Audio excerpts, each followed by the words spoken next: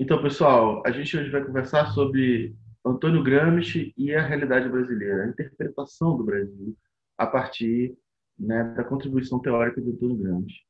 Essa questão, ela já envolve de cara o debate sobre a tradução do Gramsci para a realidade brasileira. Tradução não só no sentido da tradução e disponibilização da sua obra no Brasil, que é um processo que se inicia ainda nos anos 60, né, mas que vai se intensificar a partir dos anos 70 e 80, mas também a tradução no sentido da adequação, né, da contribuição teórica do Gramsci a partir das suas categorias de análise para entender a realidade brasileira, né? Algumas de suas categorias, muito importantes, têm sido utilizadas nas últimas décadas por uma série de pesquisadores que se valem delas para tentar discutir um pouco a natureza da sociedade burguesa brasileira, né? O Brasil, ou seja, como é a forma, a via de desenvolvimento do capitalismo brasileiro. O Antônio Gramsci pensou muito essa questão a partir do ponto de vista da própria Itália, né? Mas também coube a ele, em sua época, investigar também outros cenários importantes, como a própria formação do capitalismo norte-americano nos Estados Unidos, né? A própria distinção que existiu na Europa Ocidental entre as vias de desenvolvimento do capitalismo em países como a Inglaterra, a França, a Alemanha e a própria Itália. As vias particulares com que essas sociedades transitaram para o modo de produção capitalista, realizaram essa tendência geral que está inscrita na estrutura do capitalismo. O capitalismo tem essa tendência expansionista que está colocada desde sua gênese. O Brasil ele participa, né, desse processo de formação da própria sociedade capitalista, embora no primeiro momento numa condição colonial. Mas é uma condição colonial já vinculada à lógica de expansão da sociedade do valor. A gente está falando de um país que tem nome de mercadoria, né? Um país que a colonização portuguesa se inicia a partir de um certo espírito cruzadista, né? Que nomeia esse território a partir de nomes ligados à cultura católica, mas em pouco tempo a denominação desse território, que vai se constituir como a parte da América portuguesa, vai levar o nome de uma mercadoria, né? O que já vincula essa experiência da sociabilidade brasileira. Sabemos que o desenvolvimento do capitalismo no país como o Brasil é, tem uma via muito complexa, né? E a contribuição do Gramsci nesse debate é interessante, principalmente se a gente tomar dois conceitos muito importantes da sua elaboração teórica. Conceitos esses que eu vou apresentar e discutir um pouco a sua aplicação como chave de entendimento da formação da sociedade brasileira, do Estado brasileiro, do próprio capitalismo brasileiro. Esses dois conceitos são o conceito de revolução passiva e o outro conceito de Estado integral ou Estado ampliado, que é a forma mais usual, mais comum com que a gente encontra, né, dessa noção gramsciana que eu vou apresentar em seguida, né, a ideia de Estado ampliado, que essa noção ela foi apresentada por estudiosos de Gramsci, né, por gramscianos a partir da década de 70, no texto do Gramsci, nos cadernos do Cássio, essa ideia aparece escrita como Estado integral, né? Então vamos lá, começando pela noção de revolução passiva. Essa ideia originalmente aparece no ensaio do Vincenzo Coco, né? Um autor que escreve um livro, um texto no final, no início do século XIX, para analisar um processo que ocorre no final do século XVIII em Nápoles, né? Que ficou conhecido como Revolução Napolitana, que na verdade consistiu em uma série de transformações de natureza reformista, a partir da qual se buscou modernizar essa região da Península Itálica a partir do legado da Revolução Francesa. Só que esse método de modernização em Nápoles buscou evitar que ocorresse naquela região algo parecido com o fenômeno do jacobinismo, né? Como se sabe, os jacobinos, né, eles protagonizam a fase mais radical da Revolução Francesa. A fase é muito lembrada por causa da questão do terror, né? Mas ela é também, essa fase jacobina, da liderança do Robespierre, segundo uma série de historiadores inspirados em Gramsci, então, por exemplo, o próprio Eric Hobsbawm, a fase jacobina é a fase mais democrática da Revolução Francesa, no sentido de que é a fase que se incorpora de forma mais pronunciada demandas dos grupos subalternos, que são importantes no processo da Revolução Francesa. A gente pode pensar, no primeiro momento, na própria demanda da reforma agrária. A servidão, os restos da servidão feudal que existiam na sociedade francesa foram suprimidos pela ação direta de uma grande revolta camponesa que ocorre no contexto da Revolução burguesa na França, e esses direitos,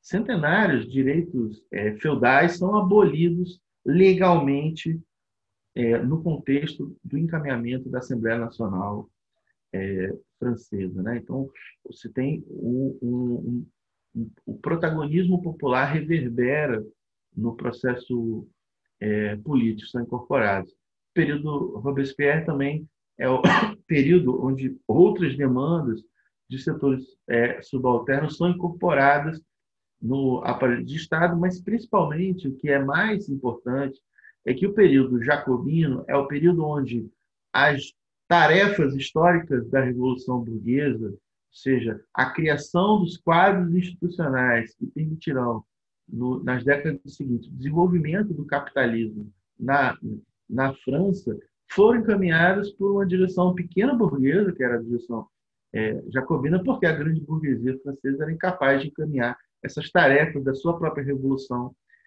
até o final, né?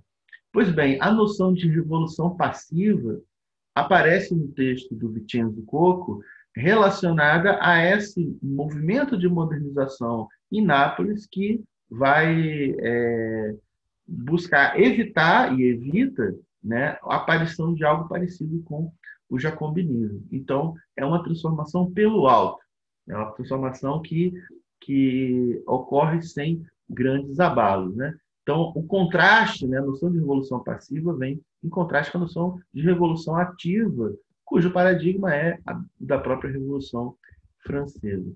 Mas o Antônio Gramsci ele pega esse material e, para elaborar o seu conceito de revolução passiva, ele combina essa ideia a uma ideia que está presente na obra de um historiador liberal francês do século XIX, chamado Edgar Quinet, que vai apresentar uma noção de revolução-restauração para discutir algo muito significativo, que é o fato de que, mesmo depois do período napoleônico, quando se encerra, digamos assim, um dos desdobramentos da Revolução Francesa e as grandes potências do antigo regime europeu tentam restaurar as condições que haviam antes de 1789, esse processo, nesse sentido de tentar voltar a roda da história para trás, ele é absolutamente fracassado.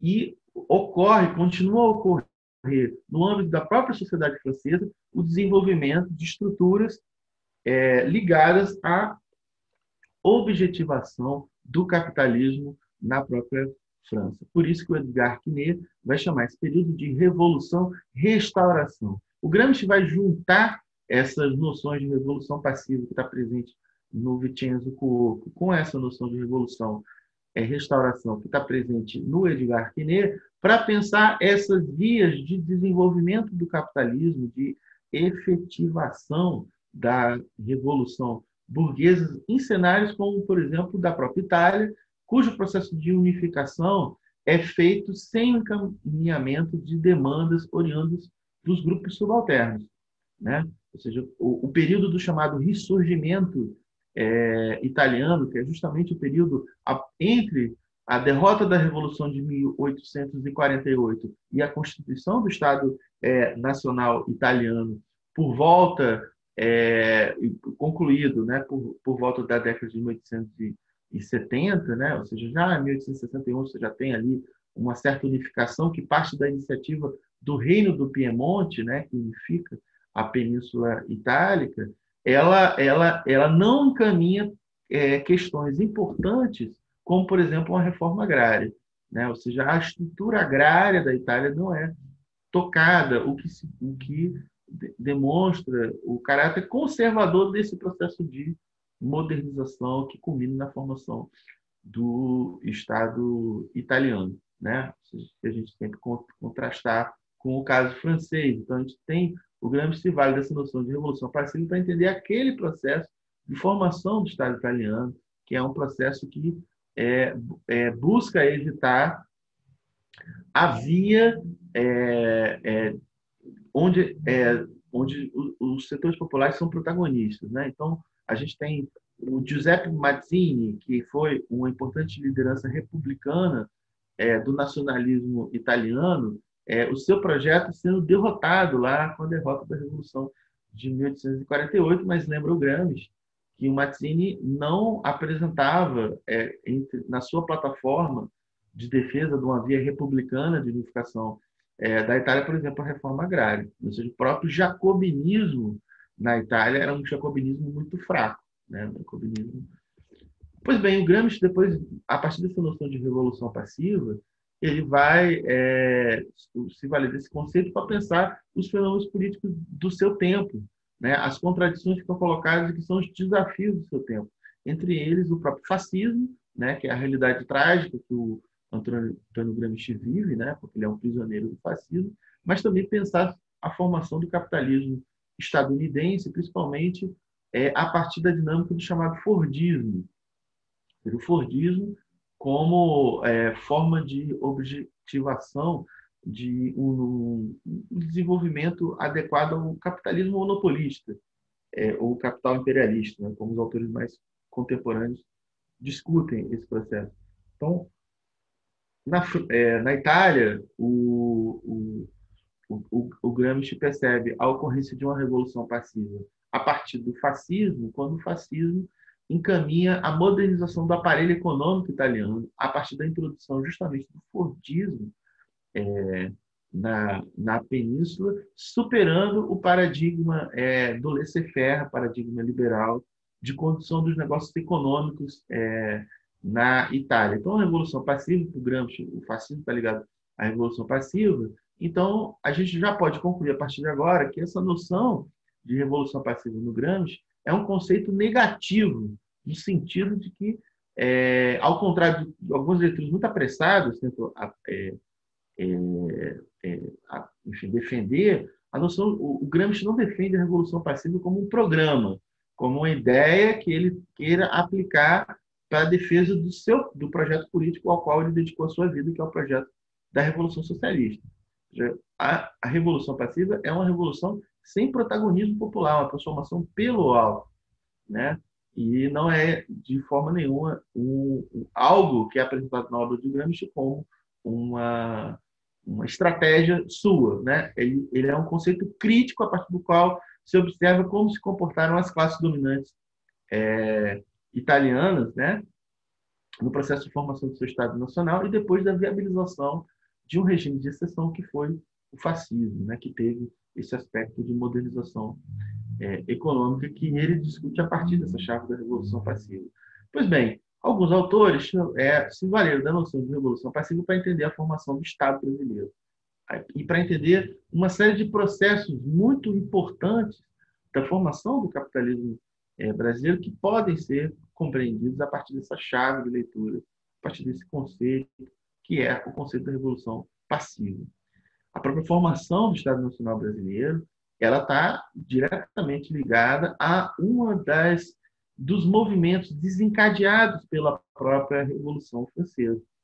A Revolução Francesa, como se sabe, após a sua fase propriamente revolucionária, se encerra com o golpe de Estado do Napoleão Bonaparte em 1799, ou seja, o mesmo ano lá da chamada Revolução Napolitana, e se inicia um período, né, onde há um fechamento maior do regime político, né, a conformação alguns anos depois do Império Napoleônico, né, e depois o Napoleão vai empreender um processo de consolidação do legado da Revolução Burguesa, vai ser consolidado no Código Napoleônico, do ponto de vista das estruturas internas da França, mas depois, quando ele faz um movimento militar de expansionismo no continente europeu, ele expande as luzes pelo continente. Né?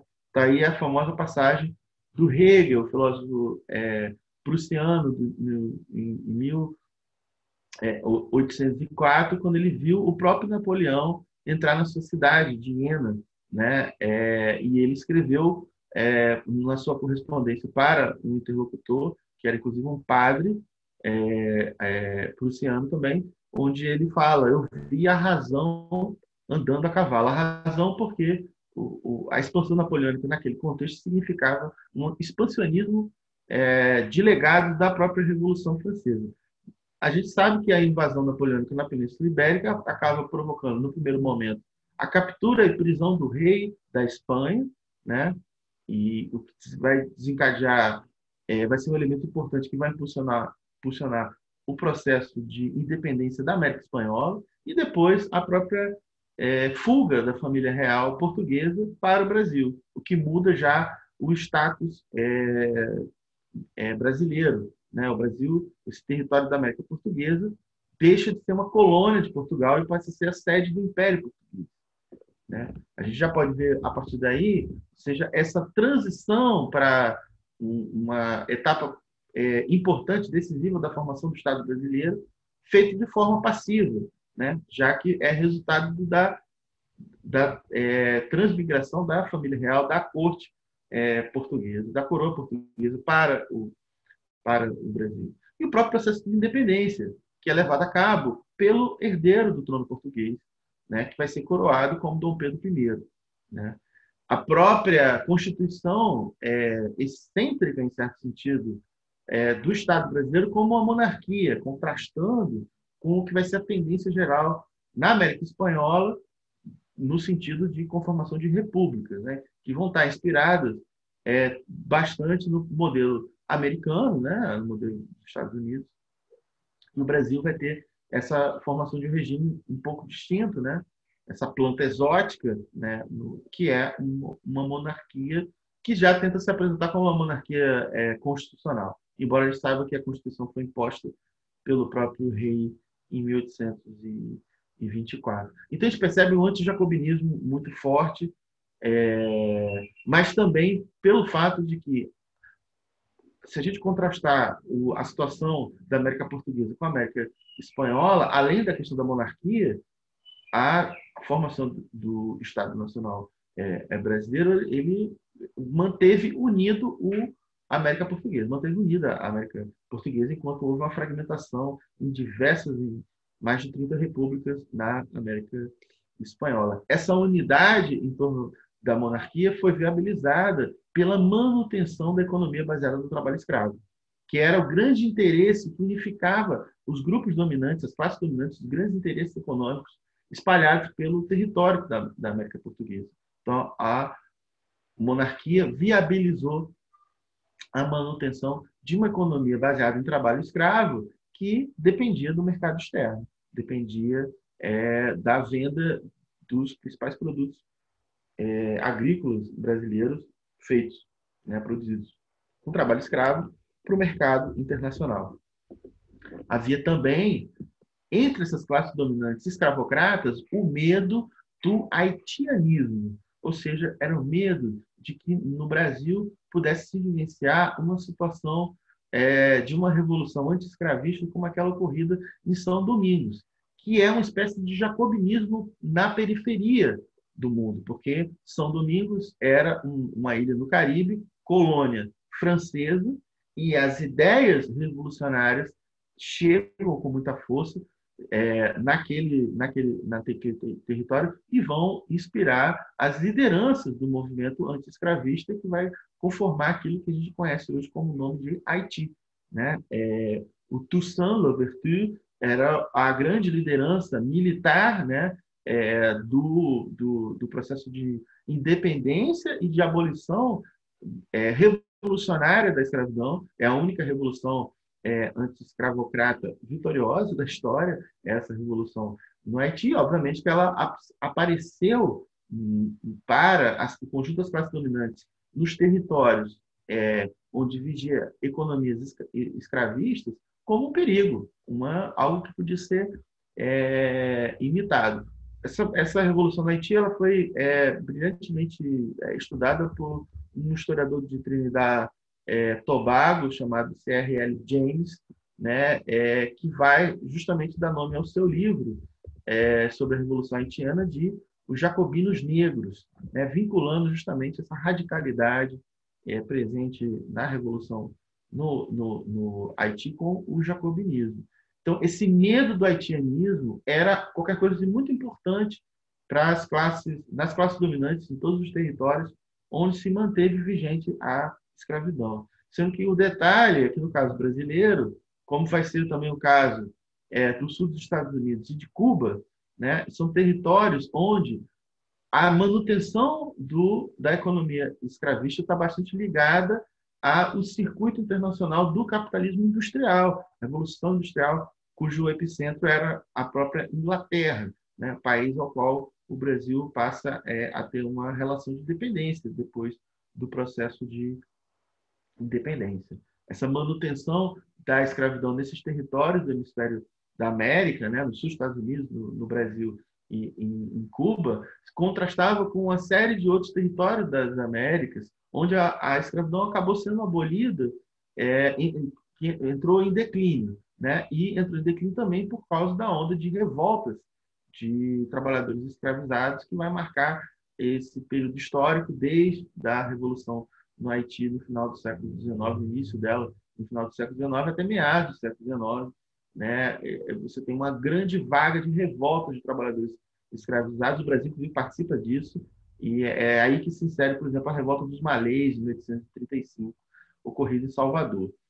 Pois bem, além dessa via passiva de constituição do Estado brasileiro, que mantém, ou seja, é anti-jacobino, mantém escravidão, é feito por uma via monárquica, o processo de modernização da estrutura econômica brasileira, inclusive o processo de transição para o trabalho livre, é feito pela via da Revolução Passiva. A gente pode destacar dois instrumentos, duas leis votadas, né, no Império em 1850, que é justamente a Lei de Terras, que vai bloquear o acesso à terra mediante o pagamento por essa terra, né, vai regulamentar algo que não estava regulamentado, né, a aquisição de terras na sociedade brasileira, sendo a terra um dos principais meios de produção. E a Lei Eusébio de Queiroz, que é a lei mais dura, no sentido de proibição do tráfico transatlântico de escravos, e reprimir a entrada de pessoas escravizadas capturadas em África e que eram vendidas para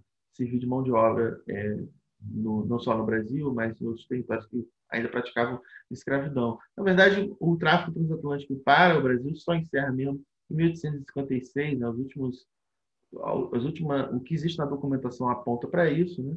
Mas, de qualquer modo, eu quero chamar a atenção de que a partir dessa legislação se inicia um processo transicional, processual, de abolição do trabalho escravo, pontuado, obviamente, pelas revoltas abolicionistas, né, que vinculavam trabalhadores escravizados, trabalhadores livres, intelectuais, né? Mas, ou seja, vai ser essa via pelo alto que vai ser muito importante para o processo de abolição da escravidão, que ao final vai ser concluído por uma lei da própria monarquia, né? Monarquia essa que se valeu durante todo o tempo do trabalho escravo.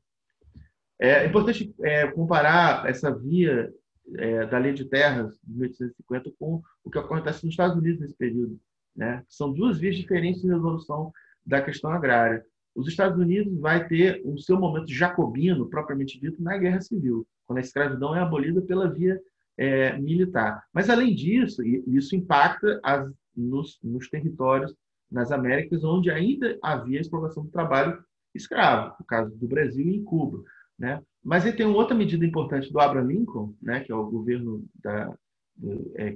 vitorioso do norte americano na Guerra Civil, que é a Lei das Terras Públicas, que facilita, ao contrário de bloquear, o acesso à terra no processo de ocupação do oeste americano, né? Ocupação essa que, como sabemos, se operou a partir de um grande massacre, né, da população indígena, mas de qualquer modo, ou seja, os imigrantes eram atraídos para a América do Norte com a promessa de ter acesso à terra, enquanto que no Brasil a lei de 1850, ao estipular o pagamento pela terra, se bloqueou, na verdade, o acesso à terra. Então, a gente tem aí uma das fontes da grande concentração fundiária brasileira, enquanto que nos Estados Unidos se formou um grande setor de pequenos proprietários, principalmente no meio oeste americano, que vão ser uma base social muito importante da estrutura demográfica dos Estados Unidos, que é um país capitalista modelar, né?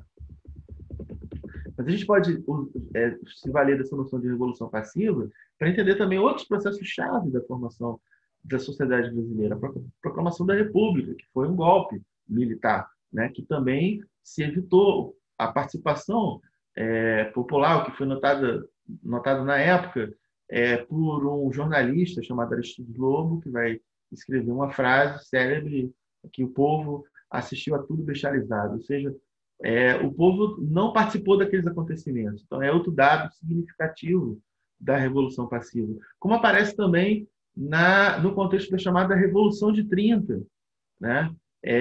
Que foi um golpe também, né? Não foi nada revolucionário.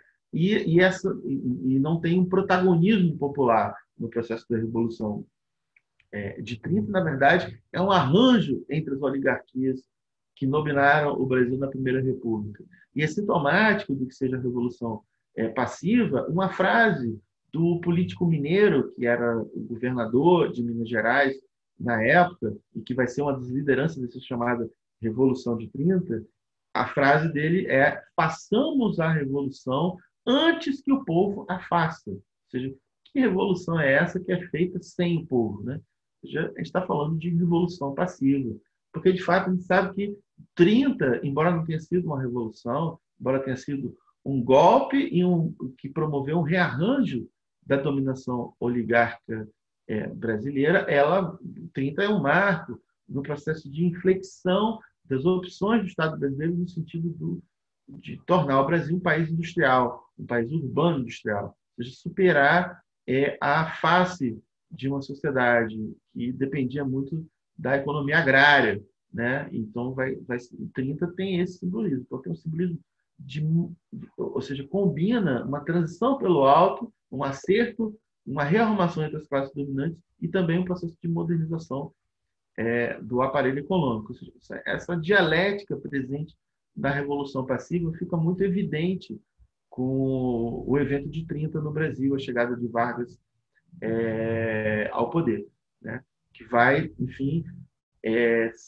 vai autonomizar o próprio aparelho de Estado perante os grupos sociais e vai empreender medidas no sentido de transformar o Brasil num país urbano industrial, principalmente no período do Estado Novo, o período da ditadura aberta dos Vargas, entre 1937 e 1945, quando é construído a indústria de base no Brasil, que é essencial para um processo de industrialização.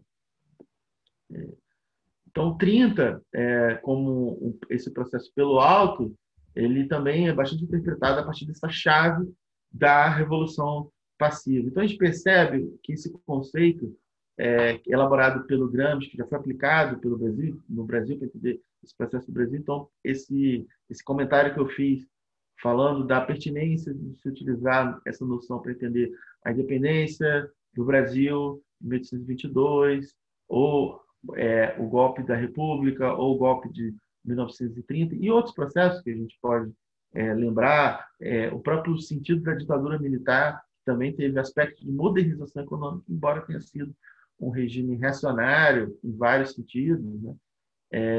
Ou o processo da transição da ditadura para a democracia brasileira, que, embora tenha sido pontuado por diversos movimentos sociais que vão vir à tona na sociedade brasileira a partir do final dos anos 70, acaba sendo um processo bastante controlado pelo alto, pelas figuras representativas das classes dominantes e até por uma certa tutela militar no processo de transição. Por isso que autores como Carlos Nelson Coutinho, Luiz Werneck Viana, Virgínia Fontes, e o próprio Florestan Fernandes, quando escreve A Revolução Burguesa no Brasil, ele é bastante inspirado nessa noção de revolução passiva do Gramsci, e a partir de outras fontes também do marxismo, que o Florestan Fernandes dialoga, né? Então, isso que eu estou dizendo aí sobre 1822, 1930, está presente nesses autores, né?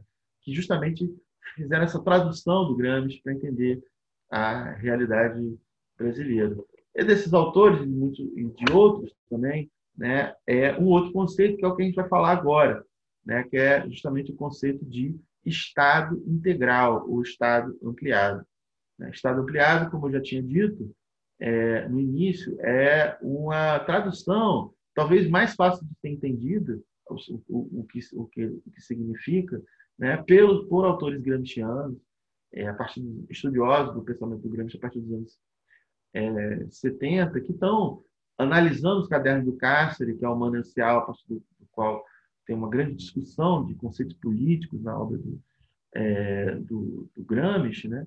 E esses autores, a partir desses estudos, eles vão sistematizando conceitos, vão tentando aplicá-los, né, a diversas outras realidades. Então, esse conceito de Estado ampliado, vou chamar daqui para frente só de Estado ampliado, mas só lembrando que nos cadernos do Cássio, do Gramsci, o termo aparece como Estado integral, mas é a mesma coisa, tá? É só que a noção de Estado ampliado acabou se popularizando mais.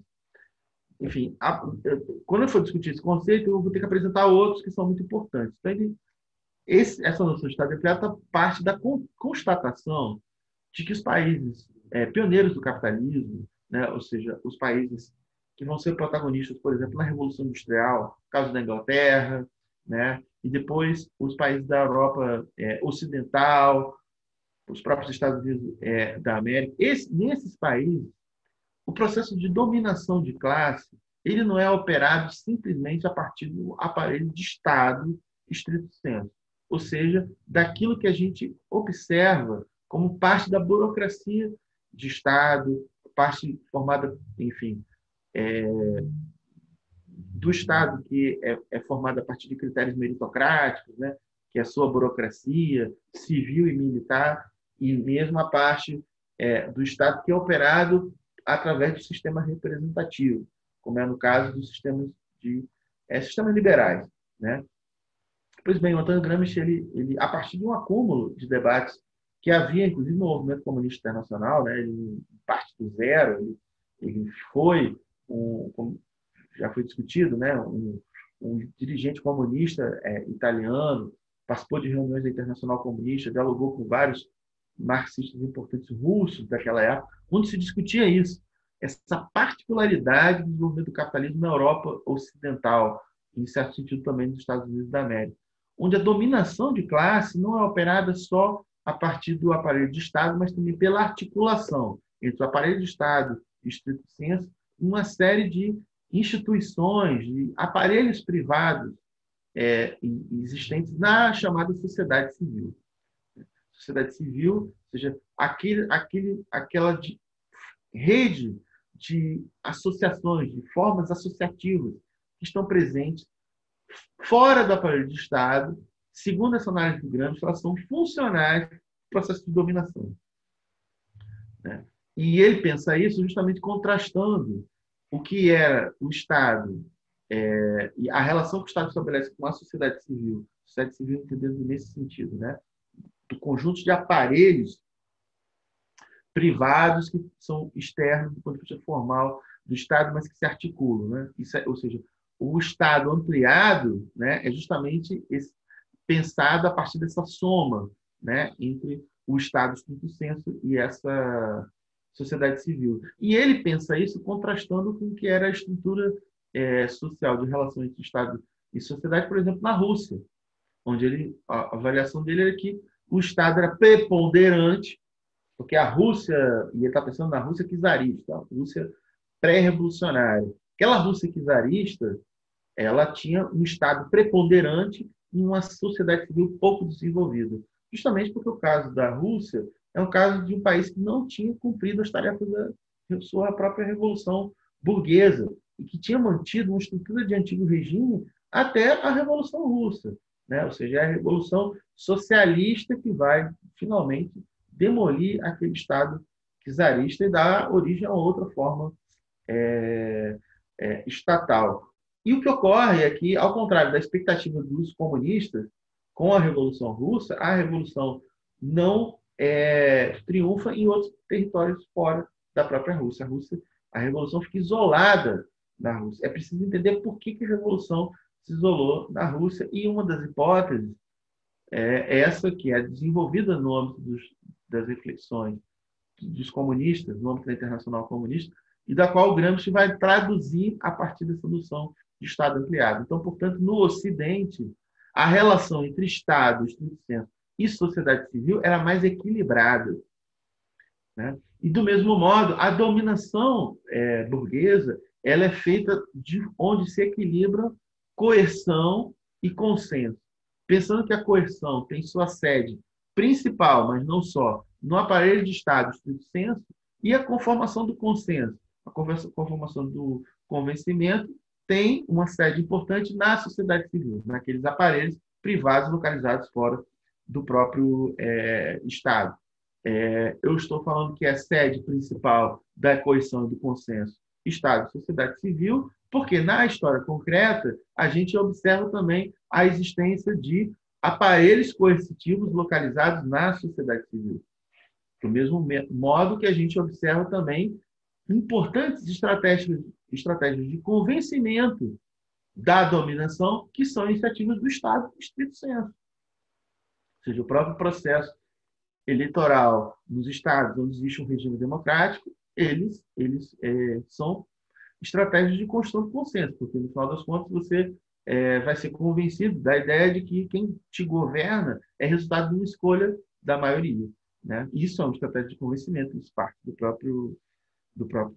iniciativa que parte do próprio Estado. Sem falar que parte dos Estados modernos uma ação pedagógica de conformação dos sujeitos sociais adequados à forma de sociabilidade capitalista. Por isso que o Estado tem um sentido de classe, né? Portanto, a noção de Estado ampliado é uma noção que envolve a articulação da categoria de Estado estrito sensu ou sociedade política, é assim que aparece em muitos textos do Gramsci, com a sociedade civil. E essa formação social, nessas formações sociais, onde existe essa relação mais equilibrada entre Estado, estrito sensu, sociedade civil, coerção e consenso, são denominadas por Gramsci como parte do Ocidente. Ele utiliza essa imagem geográfica metaforicamente.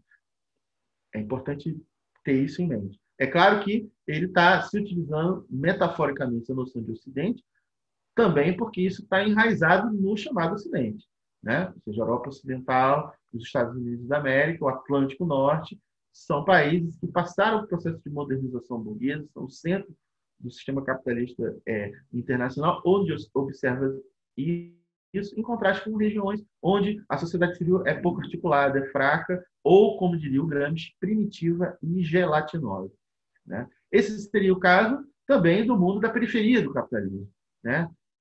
E o Ocidente, essa noção de Ocidente, para o Gramsci, é uma categoria que apresenta, digamos assim, uma noção tendencial do ponto de vista da conformação do capitalismo internacional. O que é que eu quero dizer com isso? O capitalismo ele surge na Europa e ele tem essa potência universalizante. Ele vai unificando o mundo e vai, como Midas, né, que toca nas coisas e viram ouro, o mundo da mercadoria vai se universalizando, integrando o mundo. Isso é uma tendência universalizante do capitalismo. O Gramsci observa que existe uma certa tendência à ocidentalização. O que significa isso? Aqui o desenvolvimento do capitalismo impulsione a modernização do seu próprio aparelho estatal, né? Ou seja, os países mais desenvolvidos vão presenciar o fortalecimento da sua sociedade civil. E aí é importante falar um pouco sobre sociedade civil, né? Enfim, e a ideia de Ocidente e Oriente está baseada nisso. Ou seja, o Oriente é a região do planeta onde o Estado é mais preponderante, né? Então, não está falando, embora ele esteja pensando na Rússia, mas a gente pode pensar na América Latina também, nas sociedades onde o Estado é mais preponderante, a sociedade civil é mais primitiva e gelatinosa. Mas é importante falar de sociedade civil, precisar algumas questões, porque como essa noção ela se difunde na sociedade brasileira justamente no momento em que a obra do Gramsci está sendo recepcionada, que é justamente no momento da luta contra a ditadura, a partir de meados dos anos 70, quando a estratégia de luta contra a ditadura, que ficou conhecida como luta armada, já tinha fracassado, né? E a própria esquerda está pensando em novas estratégias de lutar pela democracia, que não seria mais pela via armada, já que esta fracassou, né? Então, é esse contexto que as ideias do Gramsci são recepcionadas no Brasil. E estávamos diante de uma ditadura militar. Então, o que acabou acontecendo com essa noção de sociedade civil, inclusive na obra de grandes intérpretes do Gramsci, que são atores políticos que estão participando desse momento da história da sociedade brasileira, é uma certa visão positiva da sociedade civil, que ela não é, digamos assim, precisa do ponto de vista de como essa noção aparece na obra do Gramsci, é diferente, né? Ou seja, a sociedade civil para o Gramsci é um território da luta de classes, é um território onde se destaca o associativismo justamente dos grupos dominantes, né? Das classes dominantes. Então, só pensando na época do Gramsci, no que diz respeito à Itália, um grande aparelho privado de hegemonia que organizava a burguesia italiana era a maçonaria, né? Uma sociedade secreta que tinha tido importância ali na Revolução Francesa, que no contexto da Itália, da monarquia italiana, era simplesmente um espaço de articulação dos interesses da burguesia italiana, né? E não por acaso uma das medidas do fascismo vai se acabar, vai proibir a própria maçonaria, porque o fascismo queria unificar, queria monopolizar a representação da classe dominante. Mas, por exemplo, o aparelho privado de hegemonia, programas que ele está analisando nos Estados Unidos, ele está pensando principalmente nas estruturas que estão ligadas à noção dele de Fordismo. Então, o Rotary Club, por exemplo, que é um tipo de... O que entidades como o Rotary Club, essas associações recreativas que tentavam organizar o tempo fora do trabalho, elas são parte da sociedade civil, elas são funcionais do Fordismo, né, na criação dessa civilização capitalista fordista, né, cuja sociedade modelar são os Estados Unidos da América, e são elas que estão se articulando com o Estado estrito na operação do processo de dominação de classe, né, dos Estados Unidos. Quando a gente olha para o Brasil, né, os estudiosos inspirados em Gramsci, né, que se valem das categorias gramscianas, que têm analisado a realidade brasileira, têm observado que, embora a sociedade civil brasileira, desde o período imperial, até muito recentemente, quando a sociedade civil se complexifica de forma muito significativa, ela parte de uma situação primitiva e gelatinosa justamente para essa complexificação. A professora Sônia Regina de Mendonça, por exemplo, é uma grande estudiosa do Brasil, principalmente da questão rural, da organização, da forma que as classes dominantes agrárias se organizam na sociedade brasileira. Ou seja, uma fração fundamental das classes dominantes, mesmo depois que o Brasil deixou de ser um país eminentemente agrário, né? Continuam sendo importantes na formação do capitalismo brasileiro. Então, ela já tem estudos importantes que observam como a sociedade rural brasileira, né, por exemplo, articula determinados setores das classes dominantes. Algumas organizações que são da sociedade civil, no contexto da ditadura Vargas, né, por causa do corporativismo, que é uma vertente importante da experiência do varguismo, a pretensão era de incorporar todas as formas de associativismo no interior do próprio aparelho estatal. Do ponto de vista do mundo do trabalho, enfim, se abole os sindicatos livres, né? Os sindicatos cuja existência estava ligada simplesmente à luta autêntica dos trabalhadores, e cria essa estrutura corporativa, onde todos os sindicatos têm que ser reconhecidos pelo Ministério do Trabalho, né? E os próprios recursos de manutenção dos sindicatos são confiscados via imposto sindical e repassados pelo Estado para os sindicatos, né? Então, tem esse processo de tentativa de incorporação, né, mas do ponto de vista das classes dominantes, isso não funciona muito bem, né? As classes dominantes continuam a ter a dupla representação, né, como alguns autores inspirados no Gramsci vão chamar a atenção. E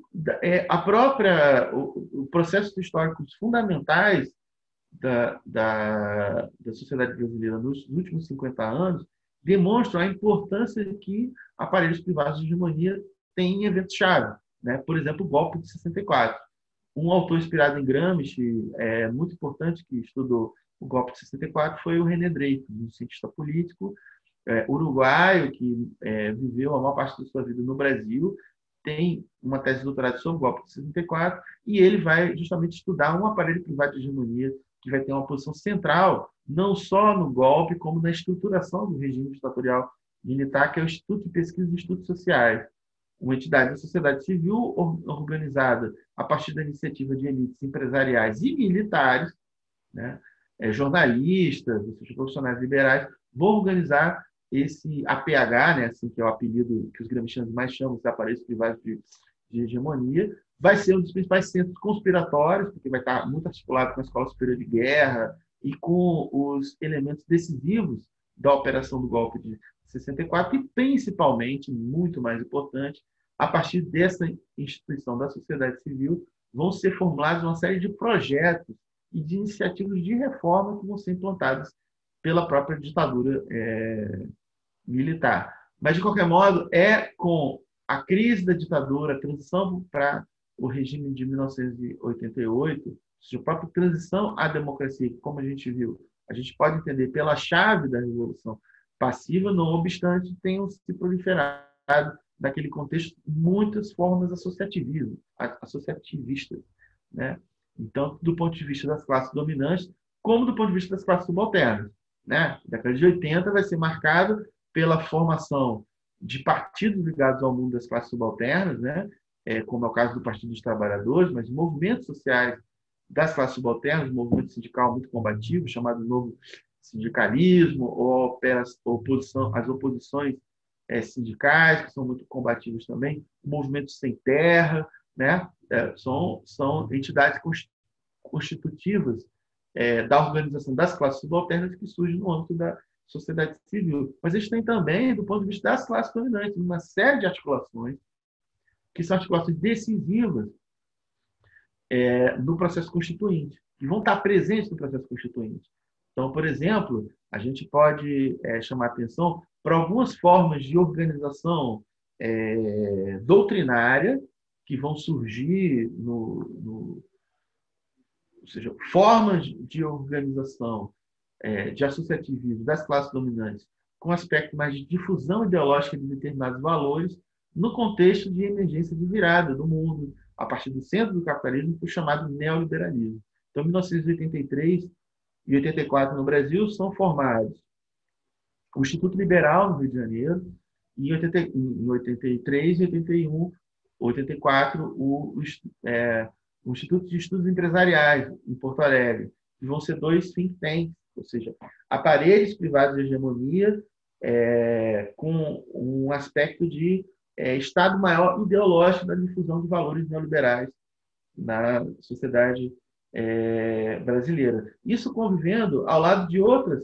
formas associativas das classes dominantes, como a União Democrática Ruralista, né, que organiza o reacionarismo das classes dominantes agrárias brasileiras, que se organizaram para tentar bloquear a presença de uma lei sobre a reforma agrária na Constituição, né? Uma série de organizações das classes dominantes vão ser muito importantes no processo constituinte, embora muitos sairão frustrados do processo constituinte e vão ser uma das linhas de força na sociedade brasileira de lá para cá, de 88 até hoje, né, que tem como horizonte político uma espécie de tentativa de liquidar as conquistas democráticas que estão presentes na Constituição de 88. A Constituição de 88 foi um espaço de disputa muito importante da sociedade civil, né?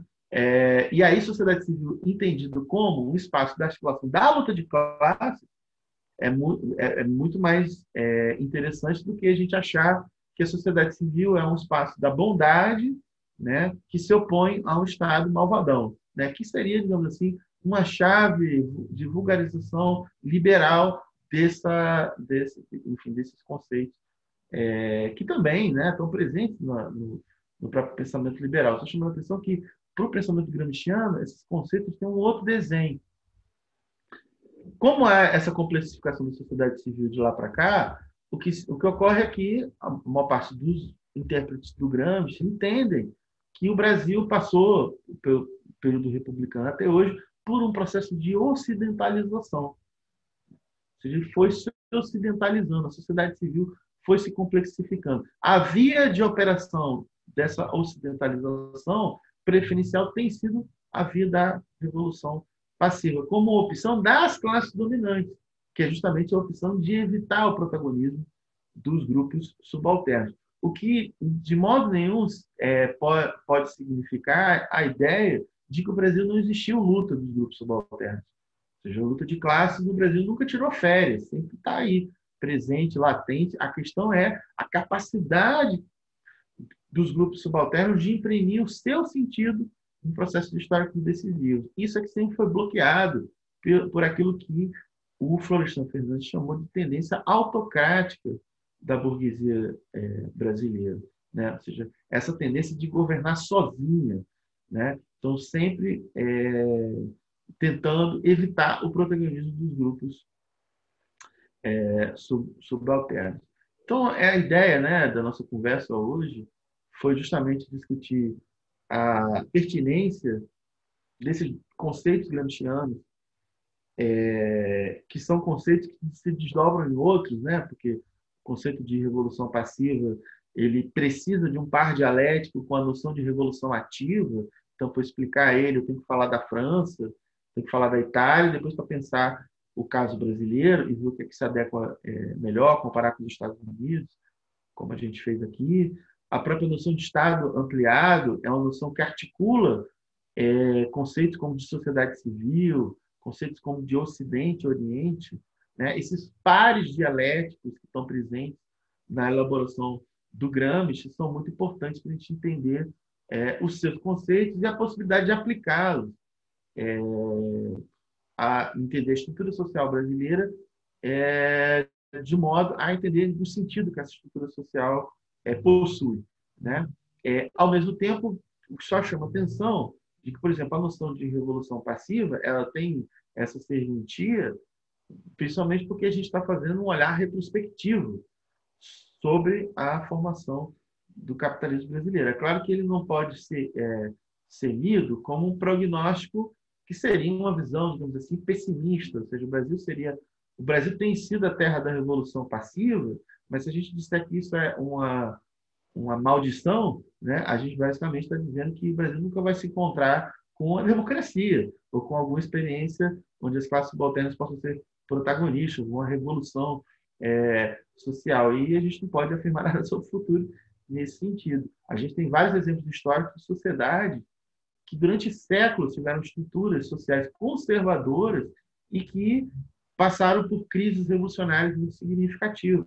É o caso da própria Rússia, ou seja, o czarismo que cai em 1917 na Rússia era uma experiência de 300 anos, né? Ou seja, a Rússia no século XIX na Europa era chamada da Bastilha dos povos, né? Em contraste com o espírito revolucionário que estava presente na França, por exemplo, né? Que inspira diversas revoluções. Na França, a Rússia era o contraste para isso, era o lugar da reação, da contra-revolução, do conservadorismo. Mas pode pensar também em Portugal, né? Que vários processos de modernização do aparelho de Estado português, da dominação das classes dominantes portuguesas, foi feito pela via da Revolução Passiva. Né? A gente pode pensar na modernização do Marquês de Pombal, né?